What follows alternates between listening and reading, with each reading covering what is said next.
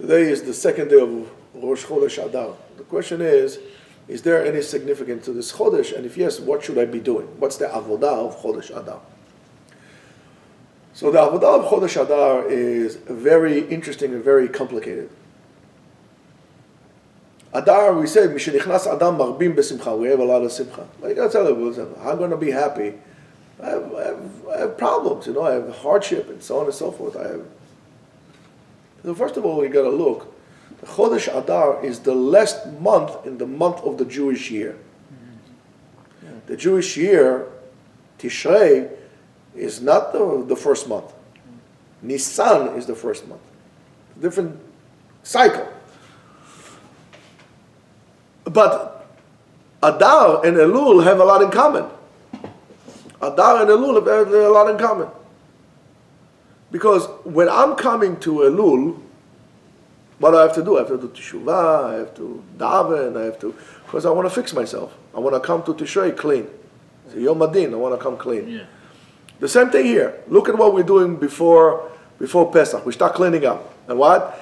30 yom lifnei Achag, doshim bilchot Achag. So we have Rosh Chodesh, and now we have time to start cleaning up. And cleaning up means not only cleaning up, the dust in the house, clean up yourself so you could be free. How do you become free?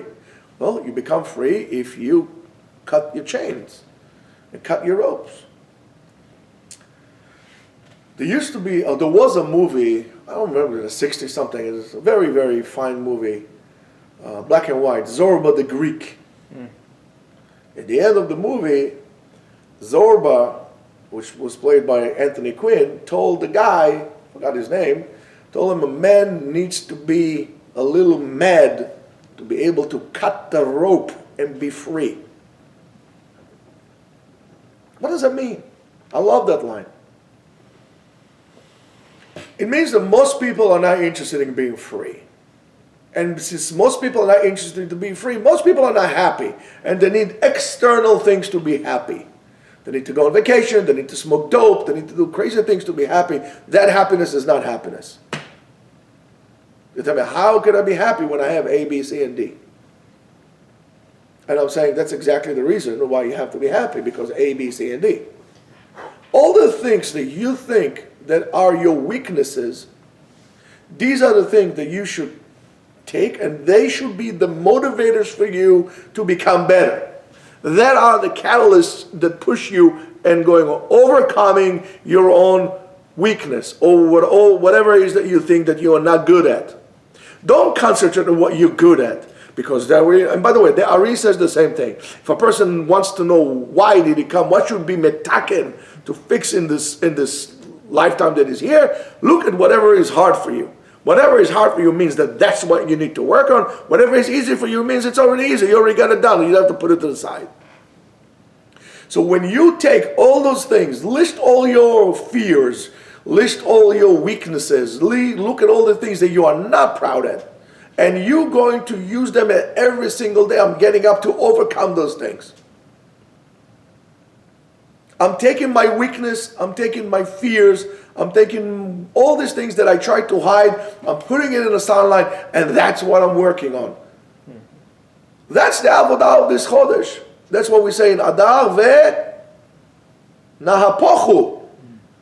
The weaknesses will come points of strength. And yes, some people will tell you, man, this guy is crazy. But you'll be free and they won't. And that's why we need to look in Nisan, before we become totally free, we need to look in all the nooks and crannies and all the chorim usdakim. We need to look in to see, maybe we left a piece of something that is your obstacle for becoming free. So take all your weaknesses this month and simply work on it and say, oh, 1 second, I'm weak. I don't have self-discipline to get up in the morning to make it to minyan all the time and to do what I need to do. Good. Because I'm weak, I'm going to do it. I mean, if, for example, again, the famous Schwarzenegger thing, he used to be a beef guy, like this, but he had the skinny legs. So he cut his pants and I went to the gym every day with shorts to actually deal with that. Look at David Goggins. This is the same thing. I think the reason why the guy works out without a t-shirt all the time, you see him working out, guy never wears a t-shirt. So if you're a regular guy from the street, you will think that what? He wears the t-shirt to show off that he's all ripped. But he doesn't wear a t-shirt because he used to be fat. Don't worry about what people say. In other words, I shouldn't even tell you that. The only reason why you're telling me that you're worried about what people say is just a silly excuse for you not to do anything. Don't worry, because nobody cares about you anyway.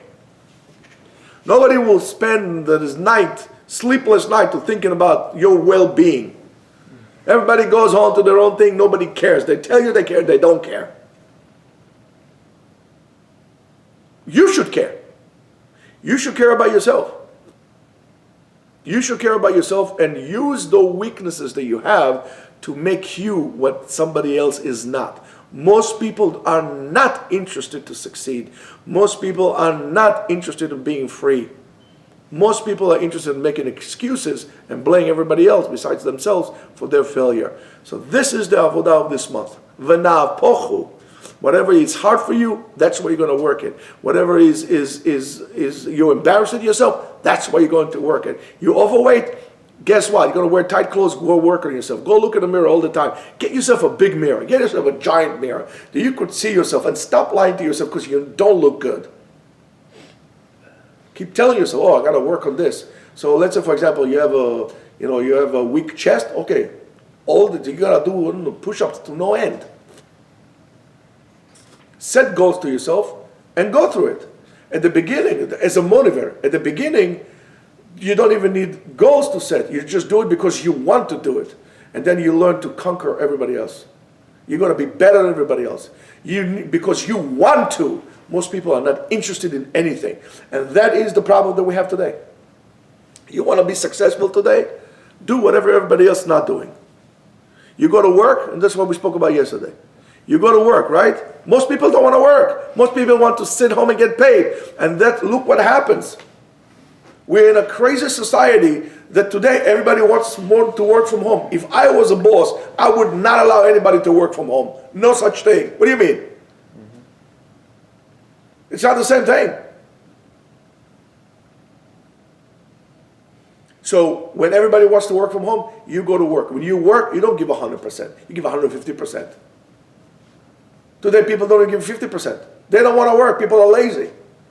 And the society becomes weak. And then because of that, the society becomes sick. Most people are not tough. They don't have the mental resilience to push through, to push. You failed, okay, you do it again. You failed, you do it again.